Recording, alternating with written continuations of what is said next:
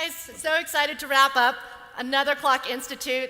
I don't know about you guys, but for me, I kind of feel more energized and excited about the future than ever. Before we start, I just wanted to take a few moments and kind of reflect on my thoughts and what I saw. There was one moment where someone came up to me and said, Mary, if we put more in this room, the roof is going to blow off. And I was like, no, I think we have a few more years. I think we can get some more heads in here. And he said, I'm not talking about heads. I'm talking about the energy. I was like, yeah, right? It feels really energetic and really excited this year. And I had that theme come up. I think all of us did, right? That there just feels like something is different. There's a lot of energy in this room. So I kind of was like milling about it and thinking about what is different about this year. And as I thought about it, and this is just my own hypothesis, I'm kind of feeling like we're entering a new stage. You know, we went through that stage of frustration and pessimism and kind of feeling like hopelessness of what we're doing is just never going to happen. And we're having the same conversations like we did 20 years ago. But I feel like now there's just this energy and we're gelling together and there's positivity. And I think people feel like there's a lot of hope and that we are in the driver's seat and we're going to make really great changes and initiate some change that's going to drive the business of law. And it's happening. It's not this dream anymore. I really think it's right in front of us. So I want to thank all of you for being here, bringing that energy, bringing that excitement. I'd love to see that continue throughout the year. Like I said, keep the conversations going, and if we can bring it back next year, then I will be very happy. And I just also want to take a moment to say thank you sincerely to the sponsors, to the team, to the attendees, to everyone for being here this year. And I'm just so grateful that this community has that sort of momentum. So, thank you all. So with that, I'm pretty excited for us to take a moment and get to know these wonderful people who are my fellow board members and who I call my dear friends now. We've been through a lot. We're really excited about where this is all going. And so I'd like for each of them to just kind of take a moment, introduce themselves, and tell you about their background, their story, and how they got here. Mike. I'll start. So I'm Mike Haven. I'm a new board member, recently appointed, but I've been involved in CLOC almost since the beginning. I started off as an outside lawyer. I was a trial lawyer. I used to actually try cases in courtrooms, and I loved that work, but I realized that I wasn't always going to be able to be in trial because I loved the being in trial part, but that started to become more and more rare as the industry changed and arbitration and mediation became more prevalent in that area of practice. And I also had something in the back of my head that was a discomfort about what I perceived as a conflict of interest between my obligations to my law firm and my obligations to my clients. Law firms, and it wasn't the law firm I specifically worked for, it was just law firms in general, are built on a model of compensation based on, especially for associates, based on how many hours you bill. And I didn't like having to bill a lot of hours. I wanted to handle my matters for my clients as efficiently as possible, and I was a litigator, so I like to get rid of those cases for my clients as quickly as possible in the most cost-effective way possible. And the partners I worked for would tell me, well, that's good, Mike. If you do that, then clients are going to keep coming back and so forth. But I saw that as a very long trajectory, and it just didn't feel right to me. So when I found the opportunity to move in-house and in particular go into this new emerging field called legal operations, I was intrigued. And it was something that sort of added more meaning to what I do for a living. Excuse me. I actually found my passion and my place in the world in legal operations. So I started by moving in-house and taking a hybrid job that allowed me to manage legal ops but also global litigation for the company, which was a nice transition into what I do now, which is heading global legal operations for Gap Inc. Thanks. Chris? Mike. That's a great story. Well, I'm the senior citizen of the board. And that's why they put me in the middle. My career with legal ops started, I was in IBM for 21 years. I was a controller at the peak of my career, and then IBM said, you need to move to New York. And I'm like, oh no, I like San Jose, I'm staying here. And I went on monster.com, and there was a legal operations role, a director for Symantec. Now this was back in 2005, and I was like, well, I can do that. I know how to do budgets, I'm a finance person. Oh, I've run a business controls team. I had 30 people. This is gonna be great, you know? So I jumped from IBM into the little world of Symantec. They didn't have a computer for me. They didn't have a team. I'm a director, right? And I'm thinking, oh, I'm a director now. I went from controller to director. And I said, where's my team? And they said, it's you. And I said, I had 30 people. I don't even know how to print anything. I was back in the days I grew up in IBM. Who knew what Excel was? Who knew what Microsoft was, right? It was all Lotus Notes. So I started, and I had one of my first hires who actually was presenting yesterday, Sophia Davis. And I started saying, well, here's what we're gonna do. We don't know what we're gonna do. No one knows what legal ops is, but we're just gonna start making this up. And we did. And we started with, you know, we're gonna make an organizational chart because it was a spreadsheet. And we didn't know who the 200 attorneys were across the company. And so we just started that way. We started working on records retention. I had a list from the general counsel of 8 top things that they wanted done. And there wasn't SaaS solutions at that time. So we started with an e-billing system. We put in a contract management system. And we just kept picking at the pain points. And in 8 years, I went to the general counsel. I said, I'm done. I've done everything I need to do for your department, totally efficient. And we had been starting to work and talk as our book club with CLOC and trading best practices and saying, you know, Mary, what are you doing? Lisa, what are you doing with interns? And so we just kept expanding the role. And that's what legal operations has developed into now. So fast forward, I had about 5 people on the team. I had a technical guy. We didn't know what knowledge management was at the time. We were just trying to pick at the technology a little bit. And when I took the role at Oracle, I've been there now about 5 years. I picked the team. I knew what I needed. I went after the best and brightest team. And so Kevin Clem came in my office last week and he said, you know, what are you working on now at Oracle? And I said, nothing. I said, I actually am just perfecting it now. We have the organization. As you all saw, I work for a great leader, Dorian Daly, who, you know, is constantly telling me things she wants in her vision, and I just keep expanding on that. But I think we've, in the last 5 years, it's kind of like CLOC. We've just perfected it. And we're now a well-oiled machine on the team, well-respected by the attorneys, well-respected by outside counsel. And so that's what it's about. When you get to 15 years in legal ops, you're going to have that team. And I say 3 years here at the Bellagio, as you've seen, we've made some changes because we hear you. We listen to our members, we listen to our sponsors, and we tweak it a little bit more every time. And that's what it's about. It's about getting that team together. And now my mission and role is to mentor, to challenge, to create this great career path for other people and move it into our law firm membership, because that's what's happening. The legal ops role is evolving. It's you guys that are going to take it to the next and the highest level. And legal firms want you. They want your skill set. It's a skill set that you all have. So keep building on it. Jason. Hi, I'm Jason Barnwell. My day job has me working at Microsoft. I'm Assistant General Counsel, and I support a legal business operations and strategy team.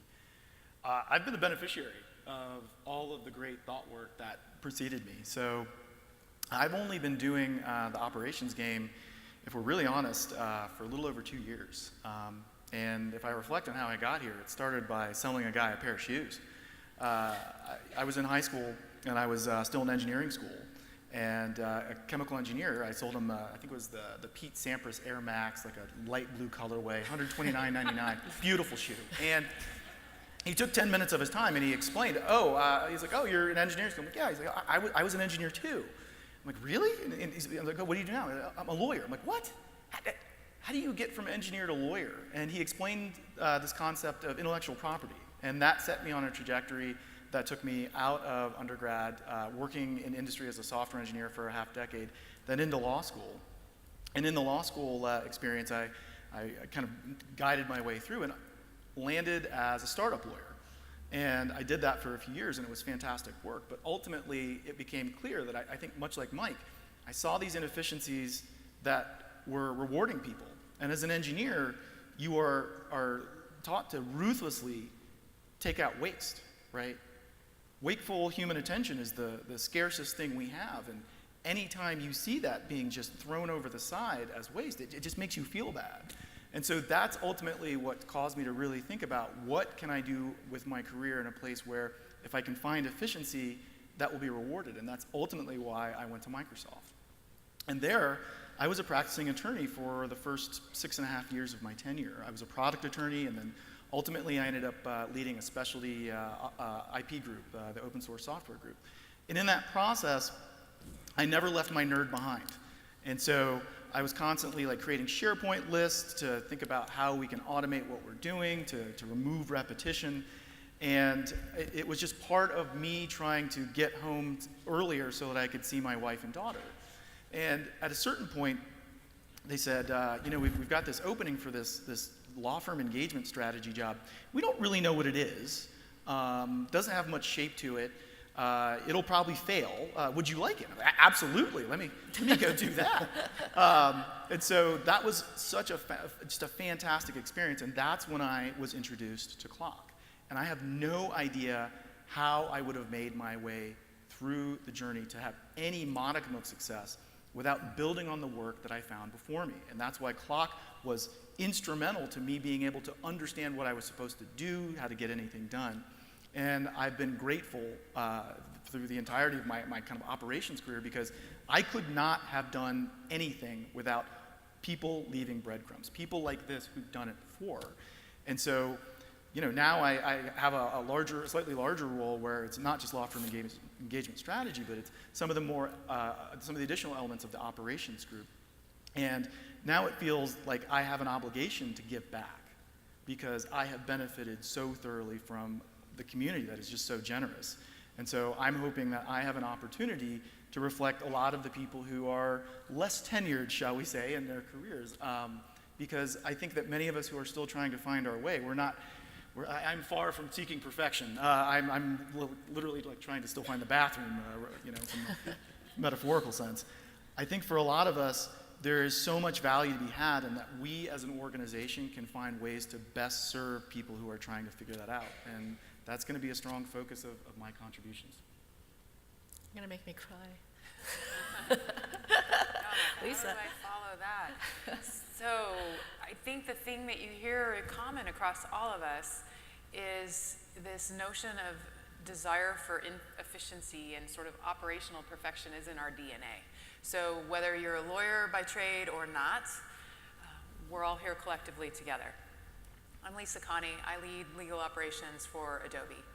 And I'm also chief of staff in my role now under my current GC. And my way into legal operations, I joined Adobe 15 years ago as a transactional licensing lawyer. And I did, the typical lawyerly stuff, but I had that gravitational force that drew me in towards projects. And I had a VP at the time who we're a little bit on the opposite ends. If you looked at us from our Myers-Briggs, it's like we were so complementary, because where he was the ideator, I was the tactician. And so he would have all these fantastic ideas, and I would be the one following right behind him, figuring out how we were going to get them done.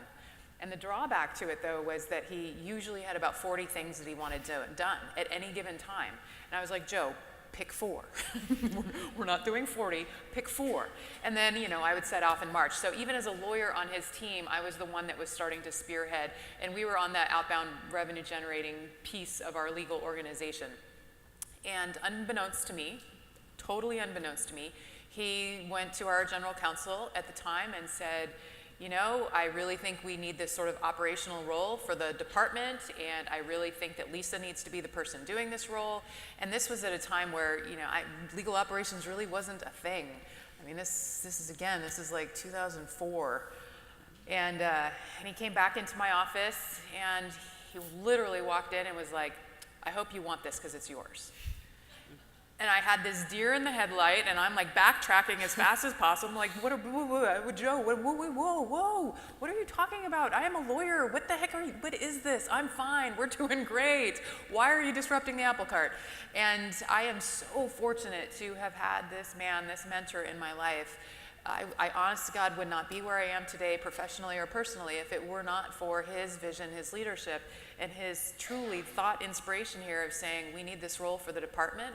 And he really saw in me the skills to take it to a different plane. And so I sort of tripped into legal operations, and I'm really, really super glad that that he had the vision to see it and to kind of steer me into that path. But similarly, you know, we start with one. I luckily had another person that was in the organization. She was not in an ops role, but I was like, yes, come with me. We're gonna do this thing.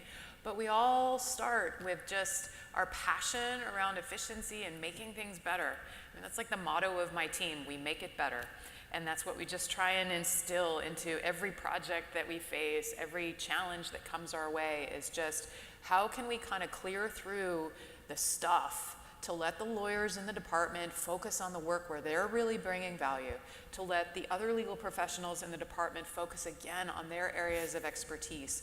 And this community, I mean, there's so much thought leadership in each and every one of you, and I don't think people understand it. I see it kind of in the forum where everyone's like, well, I want to learn about that, and I want to learn about that, and that's fantastic, but I think people forget how much knowledge each and every one of you has, because we all have our own areas of passion that sort of puts us on the trajectory. And that's where sometimes, even if you're just sharing with one of your team members your experience, to Chris's comment, one of the things I've loved doing as a leader in my organization, specifically within ops, is growing the people behind me, watching them leave Adobe and take on lead roles at other companies. It's absolutely the most gratifying and fulfilling experience. And seeing this organization grow and this community grow together and share information and really lift each other up as we go along this journey is absolutely fantastic. Absolutely. I think it's so cool that this community is unified by passion in a very strong way, as opposed to a common background or a common skill set strength. You can see people coming into legal operations from all these different angles, whether it's finance, whether it's tech, whether it's a law background, or it could be almost anything, because we're unified by passion and the ability to have a growth mindset and learn new capabilities, because it's such a diverse it's a diverse field. You have to do a lot of different things. So I think that's why we're seeing so much passion and energy here, is because that's really what we're all about. What are some of the qualities that you think make someone successful in this role? And you touched on a little bit, but yeah, I love the fact that this group that I get to work with is so diverse in backgrounds, in skill sets, and personality types, right? So, you know, we're building the next generation on our own teams. What are some of the things you look for when you hire or tell people they need to be successful in this role? I look for a growth mindset, and I look for EQ, personally. Those are two of the primary attributes of a good operations person, but I'd love to hear what everybody else thinks. I look for a can-do attitude. I can take a person that has that great attitude and that passion, and I can teach them that, because legal ops, it's just constantly evolving, and things are thrown at you all different directions, so you have to kind of learn as you go along in your career. As I said, it's going to be different in every company, every different organization, so you just have to have that can-do attitude and take it on. I think the traits that I really seek out are curiosity and good judgment. And I find that I have not figured out a way to teach either of those. And so I would like to be able to, but I'm just not there yet. And ultimately that feels like the core of so much of what we need to get done, because people who are curious will go seek problems, and then they will go seek solutions, and then that creates value. And when I find people who have good judgment, I know I can let them run fast, right? Because, look, they will make mistakes, because we all do. but they will learn from those mistakes. They will create that learning loop. It's really the growth mindset that Mike is talking about, right? We want people to go out, explore, realize that, hey, we're not going to get it right the first time, but we're also not going to keep repeating the mistakes over and over again. We will iterate, we will learn. And the motto that we're trying to bring forward on our team is that success is learning and failure is not trying, because we're trying to create that psychological safety to get people to go on the hunt for opportunity to create value, because ultimately we need to go into places where, if we're honest, we're not always going to be invited, right? Sometimes you have to go look, start turning over the rocks, looking behind the, the shelves, like, hey, what's going on here? And you need to have people you can trust who can go do that exploration, engage with people, use that EQ, build bridges, build relationships, create value, become credible, because then we start getting invited in to do more of our work, because we're seen as partners who bring sustaining and durable value, who make the other people look good. And I just find that those tend to be the two core elements that are the starting place, and then we build people up from there with all the other skills that we can.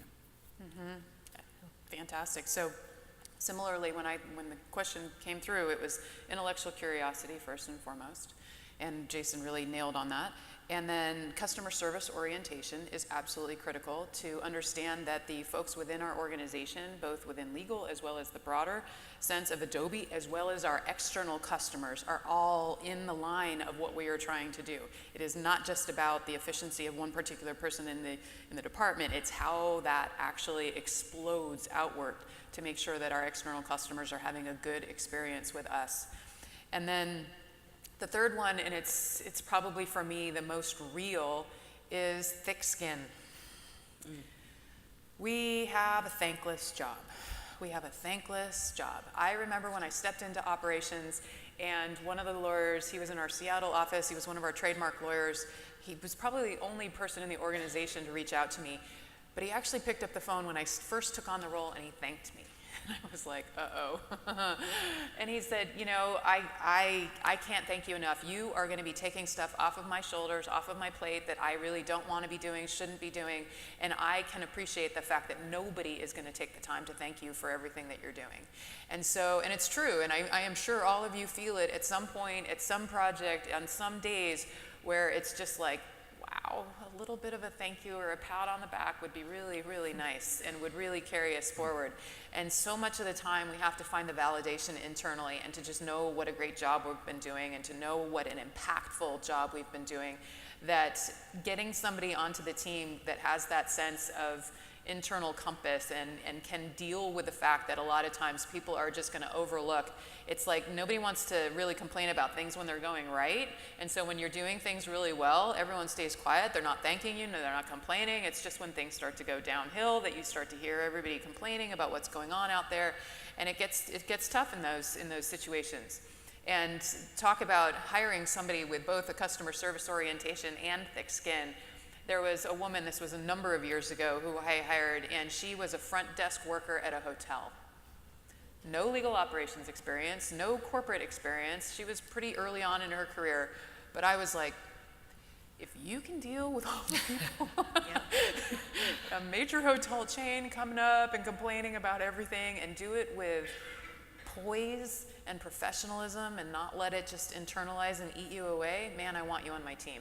And she not only excelled on my team, but it has been so amazing to watch the growth that the paths that she's taken to grow her career. So for me, those are the three. I think that's such a great point, Lisa. And building on that, I think humility is such an important quality for people in this profession to have. I often say that we are executives who do windows. There is no task too small for a legal operations executive. I'll get my hands dirty and unpack boxes, or go down to the store down the street and pick up waters for the meeting we have later with the executives. And there's no job too small for us, and we have to have a lot of humility in order to accomplish that. I want to go back in on something Lisa brought up. So your second point was getting people to get the bigger picture. Yeah, the customer service orientation. Yeah. And I'm curious, do you have any observations on how to activate that in people? Have you seen anything that works well or doesn't work well? So some of it was the can-do attitude, right? That attitudinal approach. I remember years ago when we were doing a worldwide conference, we sat there and had some exercise, and it was like, okay, there's so much in our day-to-day world that we cannot control, and it's just getting fired at you. But your attitude, you absolutely can control. And that moment where you want to react with negativity or to just say no, and you sort of take a deep breath and swallow and put on that customer service orientation, to Mike's point about whatever the task is, right? You've got to kind of be able to roll up your sleeves and not let your ego get out in front of you and say, well, with my degree, why should I be doing that, right? I mean, it's like when I explain to people outside of our industry what I do, I mean, usually I dumb it down to a point of I say, well, I do anything that doesn't classically fall on the shoulders of one of our attorneys. Anything. And so I think it's that mindset, it's that attitude, it's the approach that you take to the tasks that come into you, in understanding that I am truly trying to make everybody else's experience better. The other thing I just want to point out, if you have that team and that can-do attitude, and you start a new role in a new company, and you have to, every time you change companies, you have to build up that credibility. So I had 8 years at Symantec. I thought I did everything. And then I switched over as vice president of Oracle and built that team. The GC, she was like, okay. But 4 years later, when she goes, I can't live without you. That's when we know we're really, we've got that value. That team, that legal team, that leader needs us. And that's what's so great about this job. So what are you giving that makes you just critical, just so important to your GC's life? Like give us something. I just do everything to take all the pressure off of her. It's, again, back to anything, whether it's a cup of coffee sometimes, or I walk her down the hall and get her into a room like this and she's able to show up. I just make her life so seamlessly easy. So I want to touch on that because one of the qualities that I think is really important that maybe was mentioned, maybe not, is being adaptable and flexible and being able to influence. So, while yes, we might have to get waters and coffee, like that is not what we do. We just make that mistake. We are very flexible in that we will roll up our sleeves and do what needs to be done, but the next thing you know, you're sitting in the executive meeting that you got the waters for, and now you've got to lead, and you've got to influence, and you've got to steer that entire team to go in the right direction. And that's hard, right? We don't have, oftentimes, we're not the head of the legal department. We don't have the authority to tell people what to do. But our job is to make life easier for everyone, but through change management and influencing skills and kind of bringing people around to what we believe, right? In a non-forceful way. So that is the element that I find really interesting, because if you take part of what Mike is saying is like, look, you have to have a really solid EQ. And then you take what Chris is saying, he's like, look, whatever, and I'd say, Lisa, whatever the thing is that needs to get done, I'm there. But you actually have almost you care. You are caring for people. That is a way to manufacture influence. And I think we often think about influence as a brute force thing, like I'm smarter than everybody else, and I'm better, And actually, it seems like there are many ways into that house. And that's what I'm hearing you guys describe, that, look, sometimes I'm the person who brings operational excellence that is just I'm just the epitome of that. But other times I see a gap that creates value right now, that if I fill, that is perceivable, and that will invite me into more conversations so that I can continue to influence and actually help the organization I support.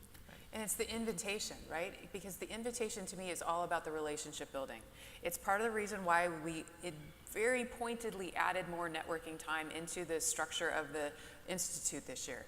Because the relationships that each and every one of us are building with each other, whether online through our community, or here in person, or at our regional meetings in person, are absolutely those ways to start influencing, because you're building up relationships of trust, where people hear you, they want to hear you, they want to seek out your opinion and your thoughts on something, and then they're like, wow, Jason's got a really interesting perspective on that. I wonder why I've never thought of, okay. And then the next time I'm going around and I'm like, I've got this really cool project I want to work on. I've built this relationship with him. I'm going to bring him with me and be like, hey, what do you think about this? Let me pre-sell it to you so that I can gather your support, so that then we can start furthering it through our organization or our community or whatever, but it's this relationship and the networking. I mean, because to me, networking has a little bit of a negative connotation. Most of people kind of seize up and they're like, I'm too introverted, I don't want to do that, and myself included. And so, you know, to understand the importance of building these relationships within, and that's why as a board, we have started really embedding the concept of community into our thoughts and into our speech, because it is a fundamental pillar for us for the success of this organization. And I'm very passionate about that idea. We actually did a session on this about building a network and not about networking, which seems to have some sort of negative connotation. And you know, I look at myself, I wasn't really interested in networking because to me that meant looking for another job. I have my dream job. I don't need to go anywhere, so I don't need anyone really, right? But then I found this community and this network, and my life changed. And not because I'm getting something from people, but because we're here to give and connect others and elevate this whole industry. And to me, that is meaningful. And when you have meaning and purpose in your role, there's value in it, right? And you're happy, and you want to go to work every day. And so that, I mean, to me, having this community around us makes it just more fun too. Yeah, I would be far less effective in my job if it weren't for this community. You saw my GC on stage Tuesday morning, and she flew here to talk to this community because she understands the value of it to my role, which brings a ton of value to her. And as you also heard, I was recently asked to lead the functional separation of Old Navy out of Gap Inc. And that's a high level, not just for legal, but for 2 other organizations as well. And the first thing I did was went out to this community and asked for help. I asked people who had experiences that were similar, what they went through, what they learned, and that will help me succeed tremendously in that role. And I don't know what I would do without this community, honestly. So we spent Sunday meeting together as a board and talking about the strategy of this community, or the priorities that we want to have for it, and where do we go next, right? I kind of said earlier, it feels like we're entering a new phase, and CLOC's been a really big part of that, and I don't want to focus on that as CLOC, the organization, right? And when I say CLOC, I never mean CLOC, the organization. CLOC is a movement. It is a community. So where are your passions? Where do you think this is going next? Well, I think, Mary, you said it on the first day, is we're opening this up to another whole different group of the firm memberships, because I think there's a lot of value there to be able to get the operational folks on that side also helping us on this side, and vice versa. So that, I think, is very important, that we are now focusing on this and making sure that we're going to stand that up. It's been a crazy 4 years here, as you've seen the growth. But now we're ready. We have employees. We have a diverse board that's with fresh ideas, and I think that's one of our priorities. So for me, I keep reflecting upon my experience, and so I was very fortunate. So when I took over from one of the legends of our space. So Lucy Basley left me the cupboard fully stocked. But even with a fully stocked cupboard, I still didn't know what I was doing. And so the content that helps our members is just critical to me. And so that is something that I would love to see us figure out how to do really well, because at the end of the day, you all have jobs to be done, right? And we should find ways to present content that accelerate that process for you, that make it easier for you to get from point A to point B, so that you're not stepping in the bear traps that other people have before. You can get to see them. And so I would love for us to find a way to make the member engagement process, make it much easier for you to get the content that can make your job easier. From day one, because I go all the way back to the book club days with CLOC, and there was 8 of us sitting around a table helping each other and making sure we weren't reinventing the wheel. And so from those initial days all the way through to where we are today, for me, paying it forward is absolutely where my passion is. Making sure that people don't have to struggle through problems when there's other people that have already struggled through that problem. I was standing with Mike and Steve Harmon from Elevate, and we were chatting through Mike's situation and one of the problems that was coming up, and the 2 of them were going back and forth, and Steve's like, well, if you solve that problem, let me know about it, and Mike's like, well, how about if you solve it first and you let me know? And it was just really kind of comical, because I was sitting back quiet going, well, I bet if you reach out to our membership, there's somebody who's already solved this problem, right? And That's right. because Yeah, I have a couple people for you. so absolutely paying it forward. It's making sure that we enable you guys to have the tools, to have the community, to have the forums and a space to share information intelligently, right? So that we can go find it again and make sure that it's easy to access again, that we're giving you the opportunities to meet the people that you want to have in your network to be able to continue to pay it forward. It's why, you know, I step in, I speak up on these panels. And I love the panels that I was on this year in particular, because in both cases, it was with everybody in the industry, right? You had legal ops represented, you had sponsors represented, you had law firms represented. It was just the coolest experience to be like, yes, we are all in the same pool together, and it's fantastic. So that's absolutely where my passion is. So one of the things I observed, which is like literally a 48-hour change from when I stood on the stage and announced this law firm membership coming up, was that I reflected, actually, as I walked through the halls and you know, sat myself in sessions, I found a lot of people as attendees are actually from law firms, way more than I've ever seen in the past, Yes. right? Everyone's nodding, a lot more. And in past years, I do remember seeing some law firm attendees, but they would kind of cover their badges and peek their heads into sessions, and they were really here to find out, what are these clients doing? What do these clients want? I'm here kind of like to find out what the client wants. I don't know if it was because of what we announced on Tuesday, or I don't know if it's just because of the sea change that is happening and that we're more of a community and collaboration, but the past 2 days, people were running up to all of us saying, I want to get involved. I'm so excited about this. I'm from a law firm. This is me. Make sure I give you my card. I want to be one of your first people involved. And, you know, I was nervous when I said all this on Tuesday, and even we talked about it as a board on Sunday. What if we put this out there and there's crickets? You know, what if we open up a law firm forum and they're not going to share and they just kind of sit there? After these 2 days, I can't wait to open the floodgates. They are all ready. They're like, I got stuff to share. I can't wait to talk to you guys about all this stuff. And so I'm super excited because I really think the potential for having these conversations, we all believe that, you know, the legal industry 2.0 is going to be so much better for everyone and have better outcomes for everyone. And we're like really in the driver's seat to make that happen now. And I always say we, it's all of us.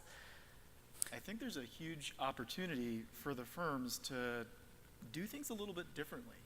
So I guess my experience of law firms conventionally is they'll say, Jason, you just tell me what you want.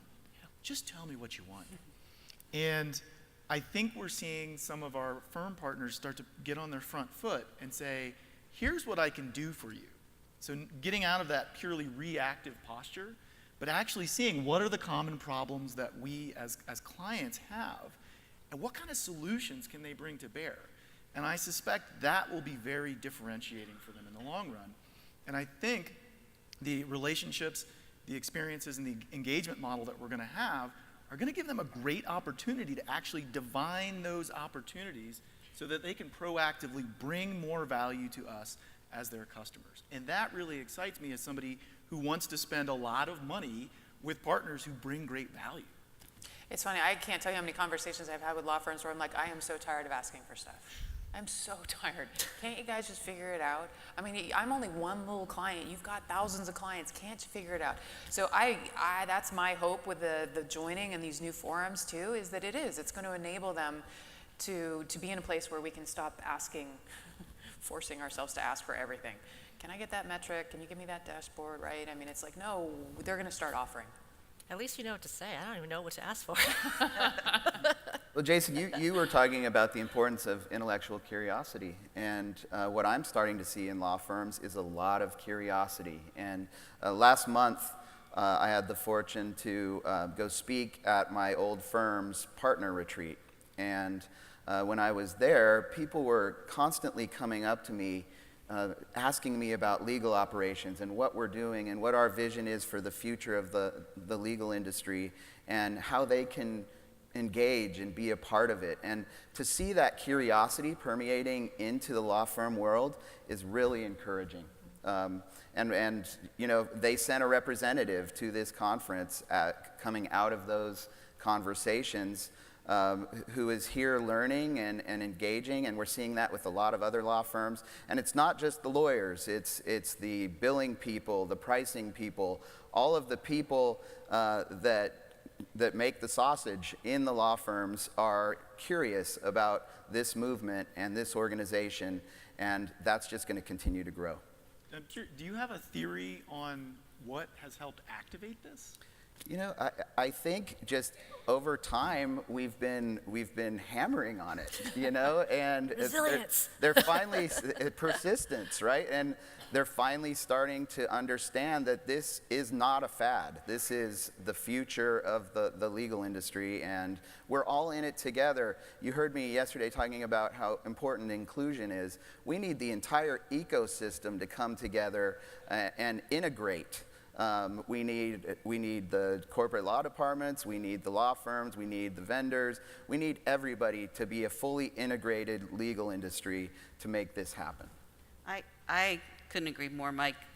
Just think about our first keynote with the GC panel and your boss saying, I'm frustrated about diversity. I've been working at this so long. Yeah. It's been a problem for 25 years. If CLOC can help bridge the law firms and all those brilliant people here and the legal ops people, the in-house departments, to really make a difference and move that needle, that's a huge problem. Just like Lisa was telling us, we can make the change, right?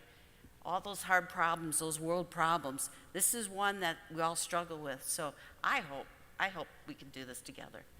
So Chris, you have seen some things and you've done some things. Is there anything that any wisdom you have to offer to how we as ops folks can help activate our departments and get them actually going a little bit faster? Are there things we can do that catalyze that? Well, like I said, we're all smart people. The ecosystem's there as we connect with the law firms, we connect with this community, we connect with the technology, and we just put our brain power together. That's the key to success. I mean, it's that diversity of this group, right, that can solve those big problems. Because someone's done it. Maybe not the big ones, but we all have great ideas, and we keep fine-tuning that, we're going to solve it. To offer another layer of that, Jason, we talk a lot about bias in how we hire, in how we think, in how we solve problems. And I think that diversity of thought and really approaching it from a self-awareness perspective of your own biases to make sure you are building teams and engaging with people that encourages diversity of thought is so important, because I certainly have seen surveys across our corporation, and we do pulse on diversity of thought and how managers specifically are doing around that topic. And you'll see, there's certain managers that do really well, and there's others that you're like, yeah, whoa. It's only about that individual person's thought and their desire to do whatever, and nobody else gets heard. And so I think it's an obligation, because if we need to be really innovative in how we're going to solve this problem and how we're going to work together, the first thing we need to do is embrace where we are, our own self-awareness, what our biases might be, so that we can take a step back and open the space up to really embrace diversity of thought. Because to me, that's going to be fundamental to how we go about this. So let's go back to your superpower, though, because I think you gave us the links in the chain. So diversity and inclusion, great ideas because they make business sense. But going back to where you started, you are an elite tactician. And one of the places where all of these things fall down, and where I suspect that Chris and Lisa help drive things forward, is actually taking that strategy, like this is the thing we care about, and turning it into a set of repeatable steps that can operate at scale. And we should not expect that many of our colleagues who are not inculcated into the operations game will actually do that, actually break the process into a bunch of repeatable steps that will happen across the organization. And I think that's something special that we in our discipline have to offer. And if you have a general counsel or another senior leader who's looking to make real change, the things that you've heard today that are in our core capability set, operational excellence, metrics, measuring things, creating accountability systems, that's something special that I think we have to offer and contribute that, if done well, can have massive business value. What brings you guys here? What makes you so passionate? Because I am so honored that I get to work besides all these brilliant people, but most importantly, we share something, right? We get really nerdy and excited about this kind of stuff. And I think Lisa said it, it's in our DNA, right? We're the type of people that go to the coffee bar and are like, if you just put the sugar here and you had the line go, you know, it's just who we are, right? We try to make things better. What is that for you? I think back to the first institute. We incorporated at the end of December, and we had our institute, 12 weeks later? There's passion in every logistic. I mean, it was just silly. We were like, oh, we have to do it in San Francisco because it's in our backyard and we have no idea what we're doing, but we're gonna do it great.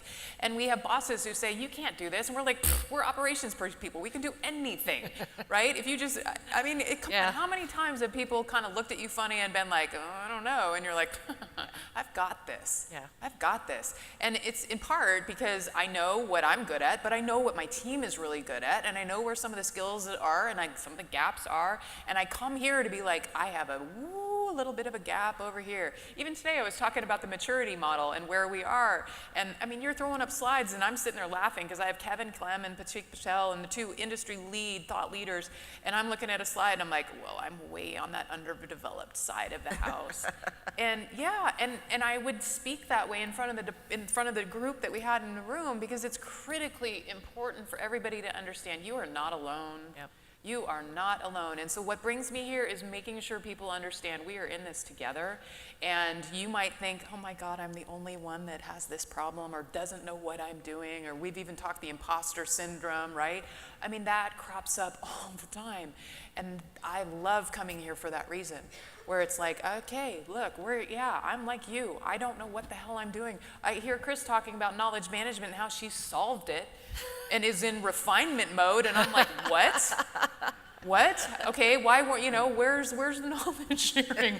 Where's the open sourcing, right? I mean, because I'm like way underdeveloped in that space, so that's, yeah.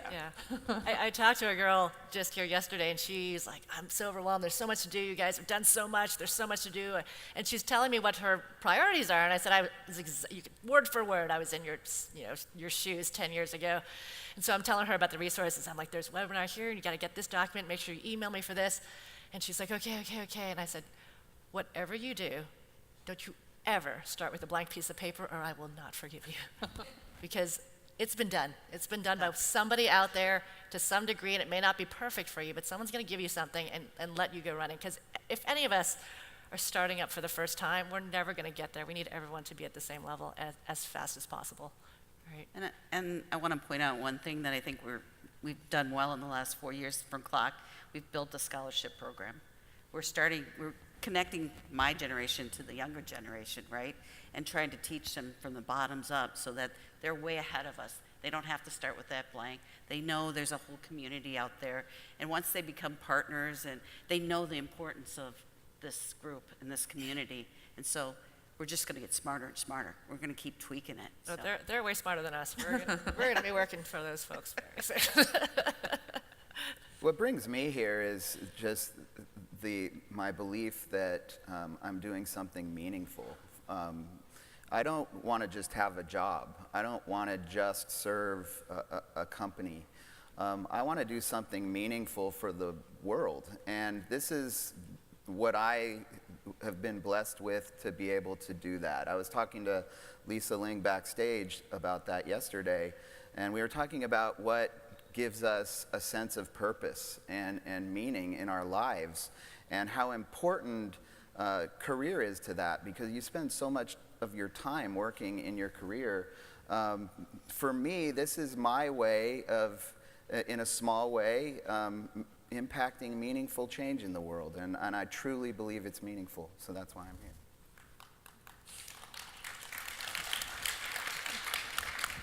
Yeah, I was totally inspired by Lisa, and I want to steal from what she said at the end, which was, now you know, and you can't unknow it, so be the change. And that's, if people have asked me in the past, why do you care so much? This is your whole life. I mean, it's like consumes my life, this legal ops passion that I have. Where does it come from?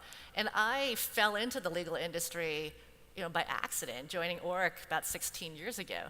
And I tell this story because it's entirely true. The first week there, I didn't even know what lawyers did. I had some friends who were lawyers. I never heard of ORIC, but there I was. And it's a very innovative firm, but it operates just like every other. And I remember in my first week there, I said to some of the management team, so we like get away with this? Right? And they're like, yeah, this is, of course, this is how everyone does it. It's always been like this. And I swear it was from that moment on that I was like, well, I will not rest until this gets fixed, because now I know, and it's going to eat me alive, and I need to fix it. And it was that, like, now I have to do something about it. So that's why we created this whole thing.